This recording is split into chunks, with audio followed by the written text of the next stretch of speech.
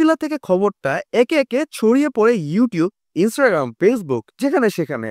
কিন্তু এবার আসল প্রশ্ন, পিংবিলা এই খবরটা কোথা থেকে পেল? তারা তো নিজেরা কোনো তথ্য বানায় না। তো খোঁজ নিয়ে আমি জানতে পেলাম এক মহিলা যার নাম সুহিসা। হ্যাঁ বন্ধুরা, সুহিসা নামের এক আব্বা আছেন, উনি এই নিউজটি লিখেছেন। এই গুজবের গোড়ার মালিক উনি। ওনার এক্স অ্যাকাউন্ট মানে আগের টুইটার থেকে পোস্ট করা হয় এই খবরটা। অনেক ঘেটে কুটে অ্যাকাউন্টটা আমি খুঁজে বের করেছি। দেখি সত্যি সত্যি উনি ৯ জুলাই একটা খবর পোস্ট করেছিলেন। আর মজার ব্যাপার কি জানেন? এই পোস্টটা দেখেছে প্রায় ৬ লাখ মানুষ। ৬ লাখ! ভাবা যায়? মানে যতটা তথ্যের ভিতর সত্যি ছিল তার চেয়েও বেশি ছিল ভাইরাল হওয়ার গতি।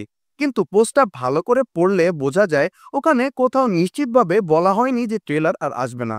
বরং উনি লিখেছেন এটা লেটেস্ট বাজ। মানে উনিও শিওর না, কোথাও থেকে উনি শুনে কথাটি পোস্ট করেছেন। এখন সেই পোস্টকে ঘিরেই খবর বানিয়ে ফেলেছে নিউজ পোর্টাল, ভিডিও বানিয়েছে ইউটিউবাররা, আর আর জনগণটা গুজবটা কানে নিয়ে নেয়।